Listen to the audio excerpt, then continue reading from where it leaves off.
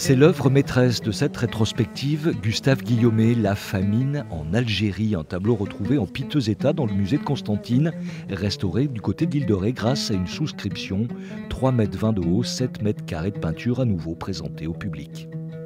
Il essaye de dénoncer les faits de famine qui se passent en Algérie pour que la métropole en prenne conscience. Un grand tableau d'histoire où il se veut un peu l'égal d'Eugène Delacroix. Une rétrospective de 80 œuvres. Le musée d'Orsay, pour l'occasion, a prêté 4 tableaux et 20 dessins, preuve que le peintre, avant de tomber dans l'oubli, était un grand témoin de son époque. Lors de son premier voyage en Algérie, il rentre avec un tableau qui s'appelle La prière dans le Sahara, qui est tout de suite acheté par l'État pour le musée du Luxembourg. C'est-à-dire vraiment la consécration pour un peintre qui n'a alors que 23 ans.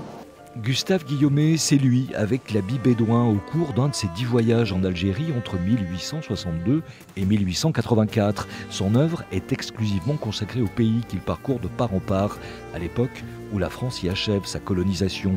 Scène de vie dans le désert, campement nomade, chamelier, travail des femmes dans leur quotidien, des témoignages uniques d'une époque et des lieux qu'il a été un des premiers à explorer, une exposition elle aussi rare et unique.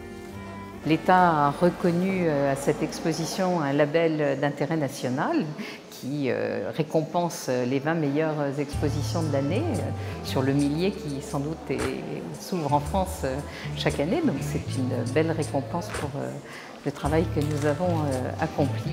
L'Algérie de Gustave Guillaumet, c'est au musée des Beaux-Arts à La Rochelle jusqu'au 17 septembre.